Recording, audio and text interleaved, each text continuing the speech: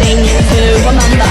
The scene starts to tumble to the sound of the drums. Oh boy, there ain't no need to buy the diamond ring. It ain't no big thing, just show her a little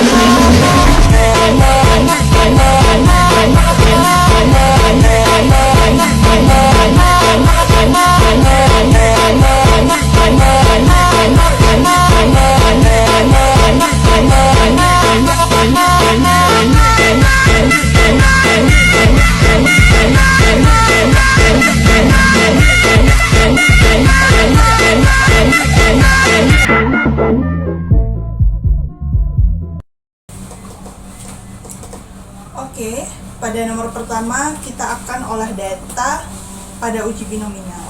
Yang pertama kita di variabel Q, yang name-nya yang pertama kita tulis jenis pekerjaan.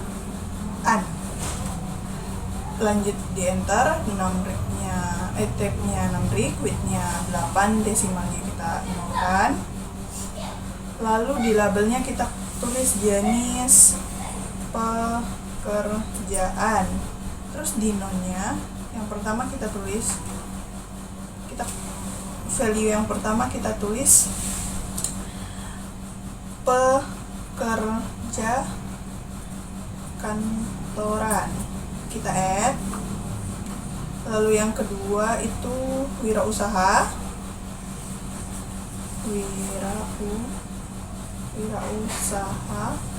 kita add juga.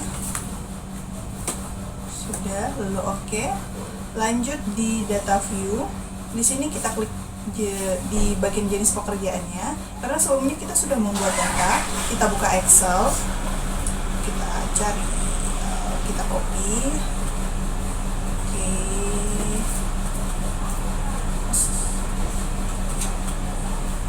kita copy.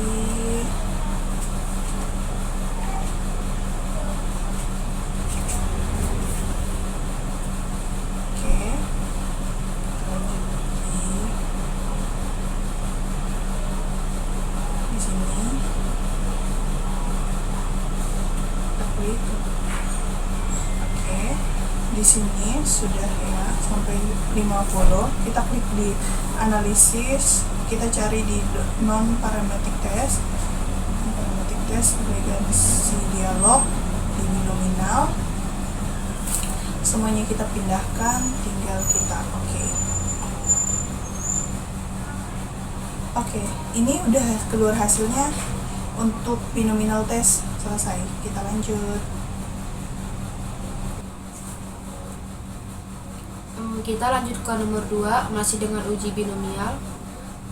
Pada name kita beri jenis pembeli, enter, desimal 0, label jenis pembeli, di values kita beri 1 untuk terpengaruh, add 2 untuk tidak terpengaruh.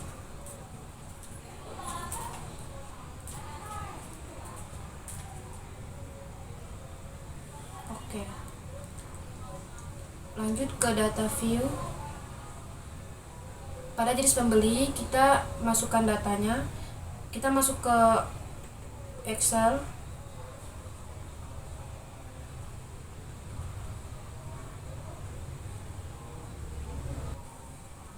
kita copy,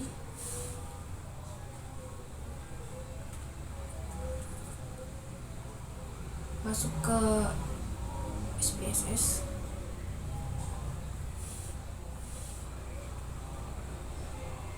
kita salin. Lanjut ke analis dan parametric test, agregasi dialog binomial. Kita pindahkan.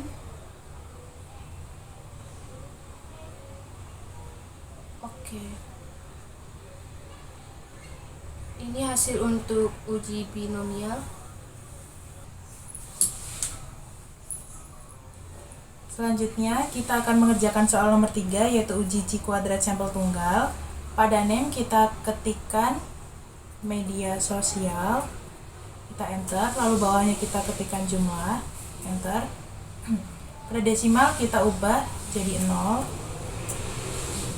bawah juga.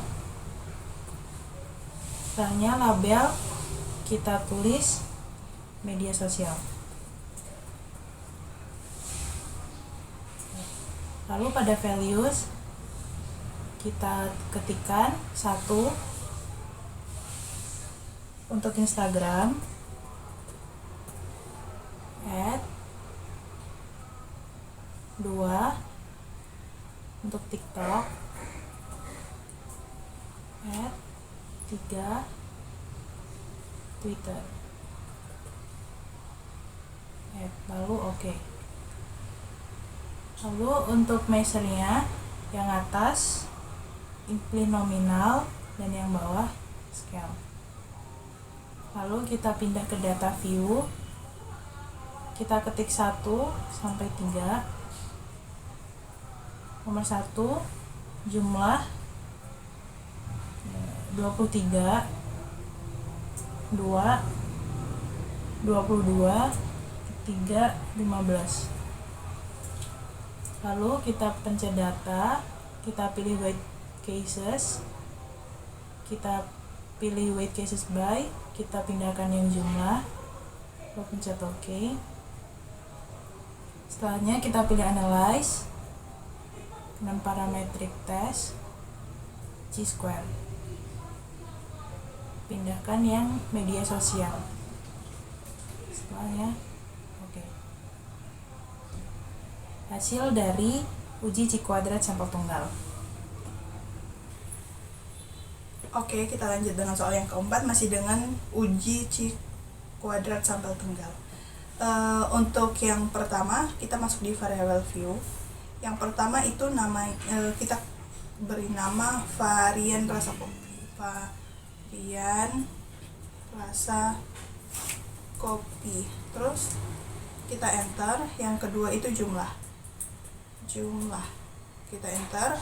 Terus tuh di desimalnya kita nolkan, begitu juga dengan jumlah kita nolkan.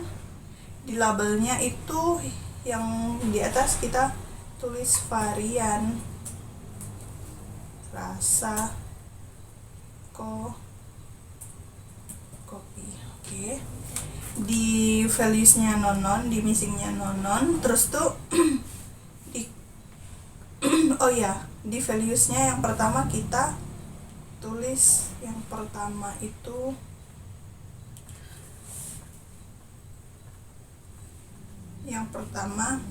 americano. Americano kita add. Terus yang kedua itu cappuccino.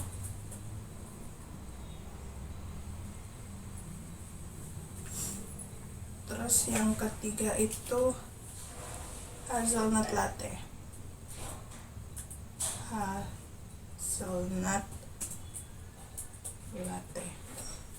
Kita add, terus kita oke. Di alginnya right. Di measure kita yang pertama yang di varian rasa kopi itu nominal.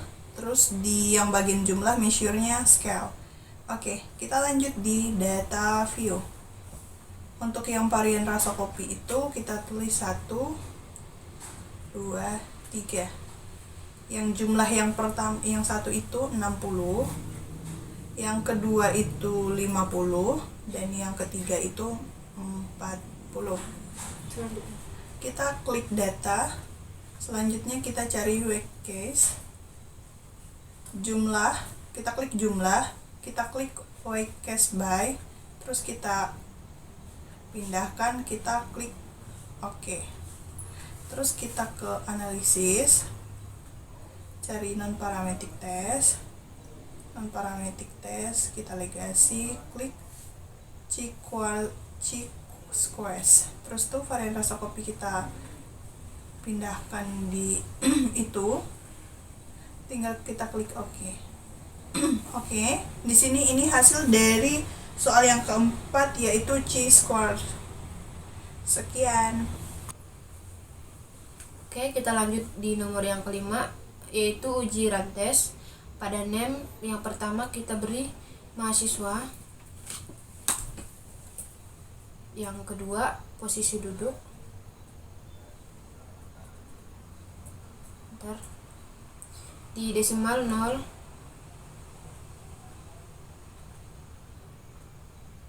Di label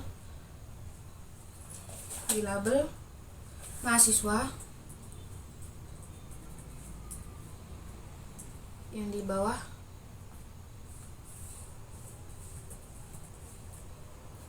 posisi duduk.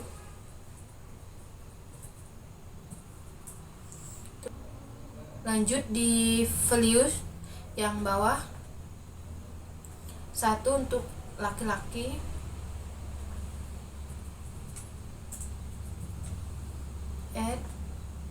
2 untuk perempuan.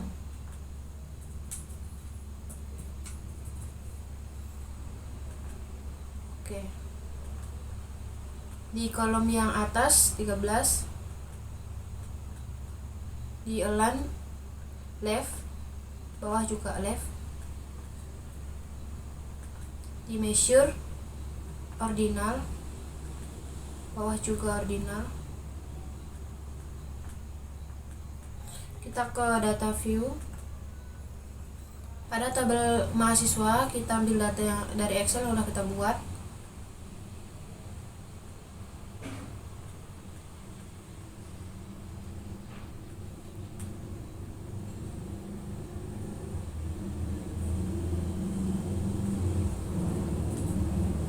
Kita copy, kita salin. Untuk posisi duduk kita ambil data dari Excel juga.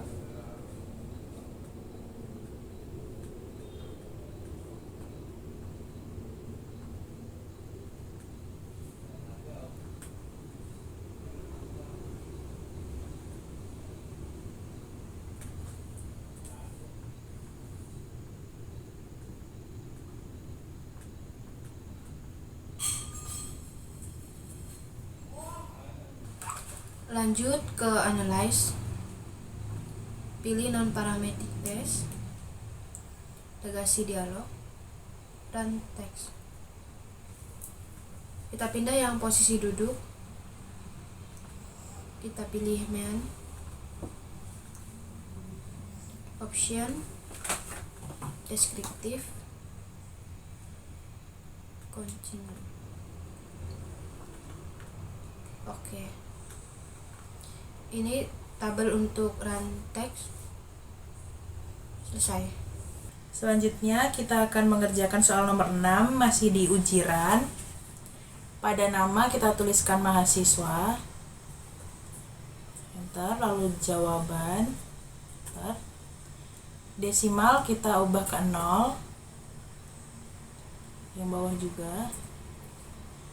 Lalu yang label kita tuliskan mahasiswa. Bawah kita tuliskan jawaban. Values yang atas kita kosongkan, yang bawah kita 1 untuk ya, 2 tidak, lalu oke. Untuk columns yang atas diganti 13, line-nya left,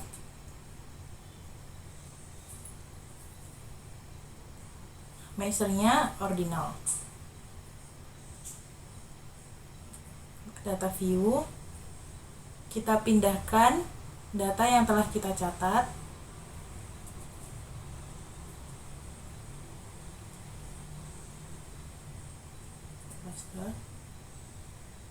Lalu pilih analyze, non parametric test, legasi dialog, runs. Pindahkan jawaban. Pada cut point pilih mean, option, deskriptif, continue. Oke. Ini hasilnya dari ujian nomor 6. Oke, kita lanjut di soal yang ketujuh, uji kuadrat Meinekmar. Lanjut di bagian variable view, kita beri nama sebelum pelatihan, sudah pelatihan. Sebelum pelatihan, kita enter. Sesudah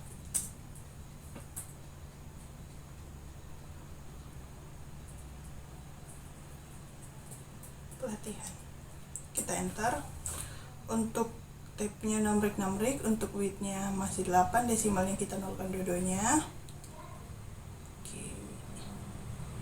Untuk labelnya ini sebelum pelatihan, sebelum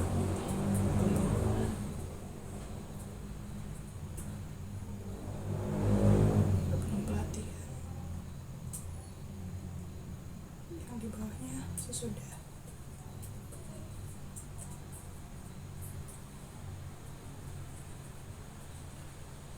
Oke, kita masuk di values-nya. Untuk yang non itu sama ya, nanti kita isi 0, dosen tidak berminat. Kita add, terus kita kasih values-nya 1, labelnya dosen berminat. Oke, kita add, kita oke kan. Berlaku juga di values-nya yang di sesudah pelatihan, ini sama ya lah, 0, terus di labelnya dosen tidak berminat. Kita add, lalu values yang satunya kita kasih label dosen berminat.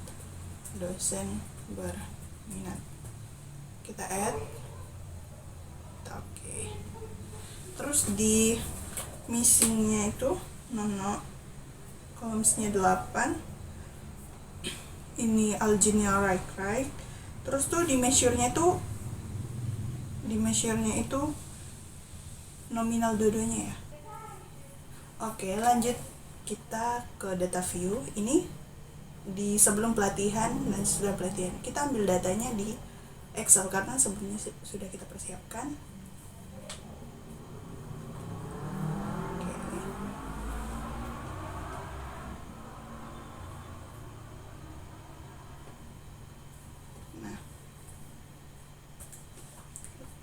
Udah kita ambil, balik lagi di soal, kita klik. Oke, lanjut di analisis dan parametric test, regensi dialog di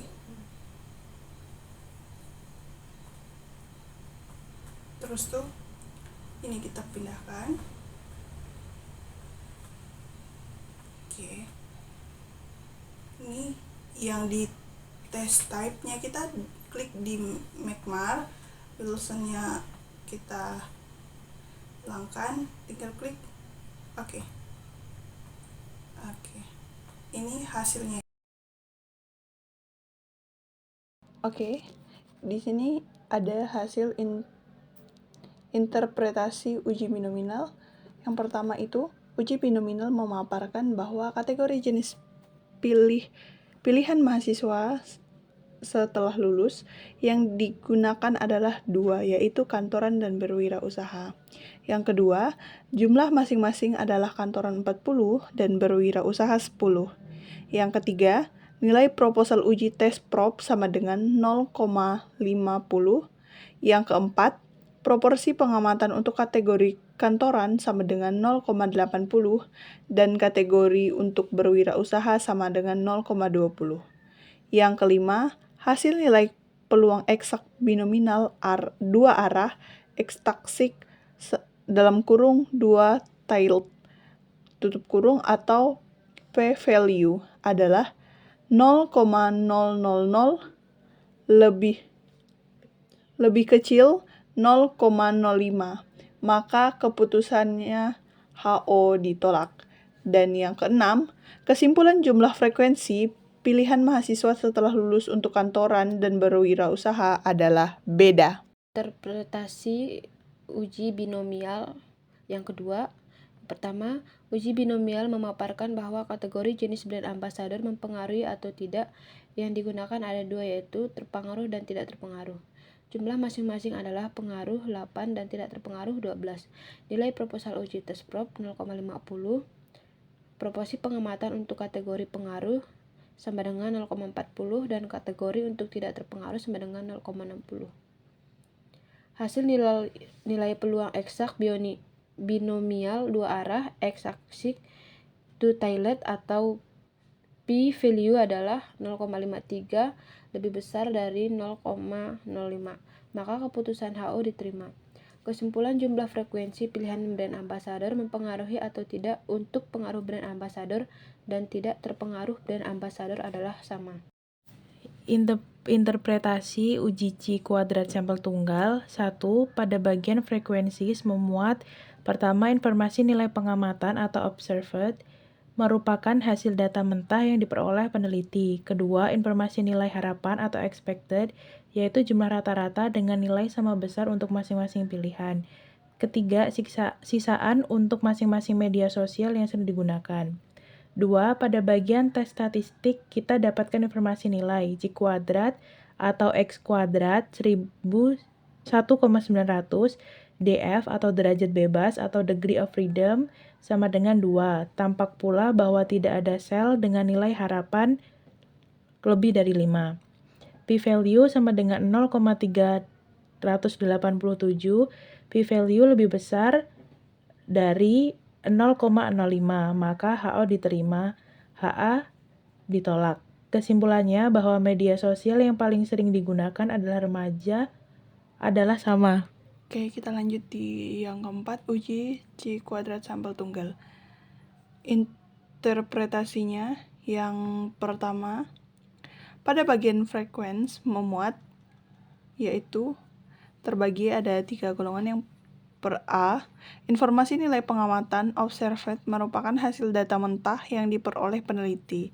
B, informasi nilai harapan expected, yaitu jumlah rata-rata dengan nilai sama besar untuk masing-masing pilihan. C, sisaan untuk masing-masing media sosial yang sering digunakan. 2. Pada bagian tes statistik, kita dapatkan informasi nilai C kuadrat X pangkat 2 sama dengan 4000 DF atau derajat bebas atau degree of freedom 2 sama dengan 2. Tampak pula bahwa tidak ada sel dengan nilai harapan lebih besar 5. P-value sama dengan 0,135. P-value lebih kecil A 0,05, maka HO diterima, HA ditolak. Kesimpulannya bahwa media sosial yang paling sering digunakan oleh remaja adalah sama. Interpretasi untuk ujian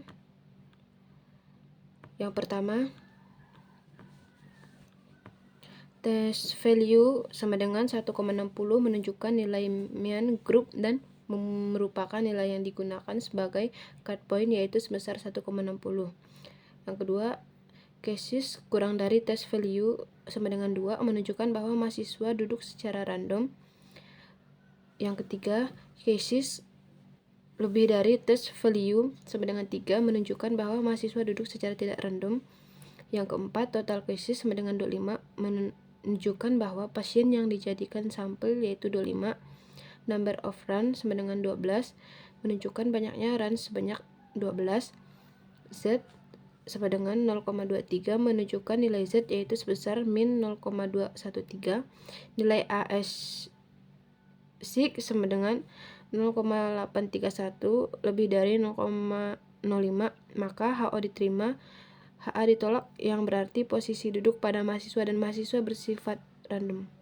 Selanjutnya, interpretasi hasil ujian nomor 6 adalah 1. Test value sama dengan 1,45 menunjukkan nilai mean group dan merupakan nilai yang digunakan sebagai cut point yaitu sebesar 1,45.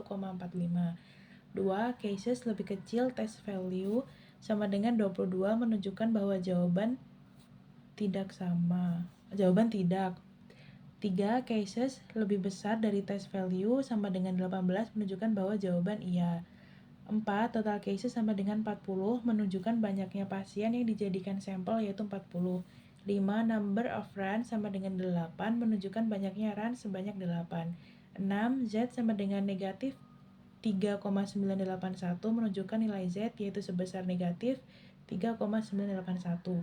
7. Nilai asymptotik sama dengan 0,000 lebih kecil dari 0,05 maka HO ditolak, HA diterima yang berarti random atau tidaknya jawaban tidak dan bersifat random. C kuadrat MC Nemar. Untuk interpretasinya, yang pertama, tabel course tab menunjukkan minat dosen dalam penggunaan e-learning dan tidak berminat menggunakan e-learning. Sel yang menjadi perhatian adalah baris 1 kolom 2A dan baris 2 kolom B. Sel A bernilai 17. Hal ini menunjukkan perubahan dosen sebelum pelatihan berubah menjadi sesudah pelatihan 17 dosen. Sel B bernilai 5. Hal ini berarti sebelum pelatihan dan setelah pelatihan sebanyak 5 orang. Yang kedua, tabel statistik memaparkan analisis hipotesis dari penelitian tersebut. Nilai X-stack 2 tilde sama dengan 0,017 lebih besar A sama dengan 0,05. Hal ini berarti HO diterima, HA ditolak. Kesimpulannya berarti bahwa tidak terdapat perbedaan minat dosen dalam penggunaan e-learning sebelum dan sesudah pelatihan. Selanjutnya untuk interpretasi uji tanda nomor 8. Yang pertama, berdasarkan tabel output statistik deskriptif di atas dapat dilihat bahwa nilai rata-rata perbedaan karyawan datang tepat waktu dan tidak terlambat masuk kelas sebelum diberi hukuman adalah 6,40 dan setelah diberi hukuman adalah 3,90. Pada tabel frekuensi, nilai dengan tanda negatif sebanyak 8, nilai setelah diberi hukuman sebelum diberi hukuman menurun dibandingkan nilai setelah diberi hukuman. Positif sebanyak 2, nilai setelah diberi hukuman turun dibandingkan nilai sebelum diberi hukuman, dan TS dalam kurung missing sebanyak 0. Pada tabel output tes statistik diperoleh nilai X dalam kurung A sebesar 0,765, berarti A lebih besar dari 0,05.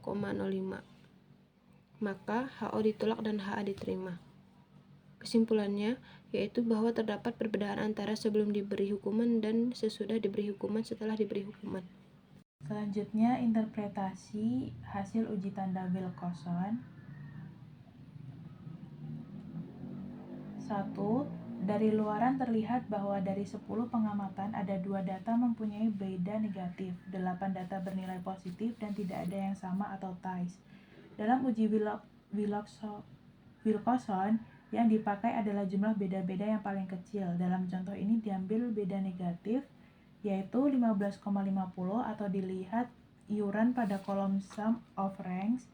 Dari angka ini didapat uji Wilcoxon atau T adalah 15,50. 2. Terlihat pada kolom asymptotic atau two-tailed. Untuk diuji dua sisi adalah 0,219 per 2 sama dengan 0,1095. 3. Berarti nilai A di atas 0,05 karena 0,1095 lebih besar dari 0,05, maka HO diterima, HA ditolak. 4. Kesimpulannya adalah terdapat perbedaan kinerja karyawan sebelum dan sesudah diberi fasilitas. Oke, kita lanjut ke yang 10, uji Mann-Whitney. Untuk interpretasinya, yang pertama, pada tabel deskriptif statistik, nampak bahwa rata-rata karyawan baru yang berasal dari Yogyakarta dan luar Yogyakarta, dalam hal ini, hasil tes adalah sebesar 80,57 dengan nilai maksimum 94. 2. Tabel ranks mengidentifikasi karyawan baru yang dari Yogyakarta sama dengan 15 dan dari luar Yogyakarta sama dengan 15. Tabel statistik menunjukkan bahwa nilai Ashim-Sik 2 tilde sebesar 0,917 berarti 0,05, maka HO diterima, HA ditolak. Dan kesimpulannya yaitu tidak terdapat perbedaan signifikan dari data pada karyawan baru yang berasal dari Yogyakarta dan luar Yogyakarta. Selanjutnya, interpretasi uji Cochrane nomor 11. Yang pertama, berdasarkan tabel frekuensi didapatkan data sebagai berikut. Pada saat mengetahui semester 1, jumlah mahasiswa yang tidak berhasil terhadap peningkatan IPK lebih dari 5 mahasiswa sejumlah 7, sedangkan yang berhasil hanya 3. Pada saat mengetahui semester 2, jumlah mahasiswa yang tidak berhasil terhadap peningkatan IPK lebih dari 5 mahasiswa sejumlah 6, sedangkan yang berhasil hanya 4. Pada saat mengetahui semester 3, jumlah mahasiswa yang tidak berhasil terhadap peningkatan IPK lebih dari 3 mahasiswa sejumlah 5, sedangkan yang berhasil hanya 5. Pada saat mengetahui semester 4, jumlah mahasiswa yang tidak berhasil terhadap peningkatan IPK lebih dari 2 mahasiswa sejumlah 4, sedangkan yang berhasil hanya 6.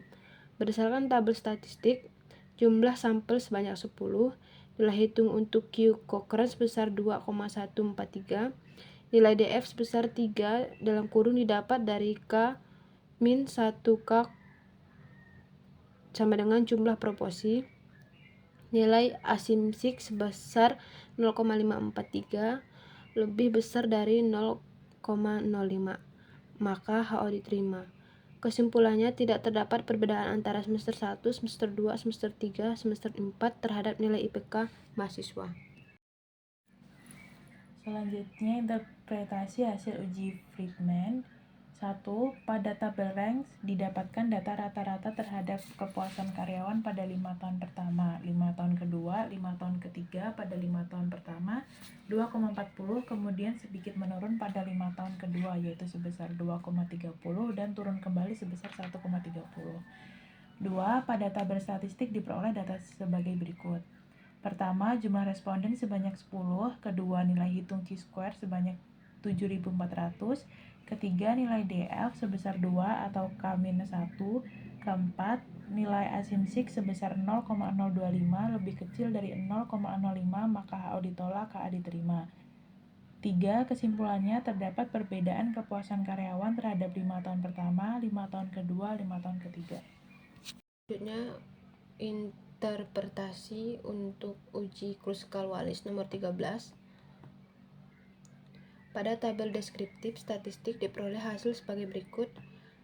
1. Jumlah responden sebanyak 30. Nilai rata-rata keseluruhan adalah 20,20. Nilai tertinggi 30 dan nilai terendah 10. Pada tabel rank diperoleh metode A berjumlah 10 responden dengan rata-rata setelah di ranking 13,95. Metode B berjumlah 10 responden dengan rata-rata setelah di ranking 18,65. Metode C berjumlah 10 responden dengan rata-rata setelah di ranking 13,90. Pada tabel uji statistik, nilai hitung Kruskal-Wallis sebesar 1,935, DF sebesar 2 K min 1. Nilai Ashim-Sik sebesar 0,380 lebih kecil dari 0,005, berarti HO ditolak, HA diterima. Kesimpulannya adalah bahwa terdapat perbedaan antara metode A, metode B, dan metode C. Selanjutnya, untuk nomor 14, uji korelasi ranking Spearman. Interpretasi. Yang pertama, nilai koefisien korelasi berada pada level 0,055 dan positif. Nilai signifikansi berada pada level 0,840 lebih kecil dari 0,05, maka HO ditolak, HA diterima. Kesimpulannya, komitmen organisasi dan kepuasan bekerja memiliki korelasi yang positif dan sangat kuat. Dalam kurung 1 sama dengan 0,840. Terdapat korelasi antara peringkat komitmen organisasi dengan kepuasan bekerja. Selanjutnya, interpretasi hasil dari uji korelasi Kendall-Tau. Pertama, jumlah responden sebanyak 11. Kedua, nilai koefisien korelasi berada pada level 0,733. 3. Nilai signifikansi berada pada level 0,02 lebih kecil dari 0,05, maka HO ditolak, HA diterima. 4. Kesimpulannya, korelasi promosi dan konsumen memiliki korelasi yang sangat positif dan sangat kuat atau R sama dengan 0,733. Terdapat korelasi antara peringkat promosi dengan konsumen.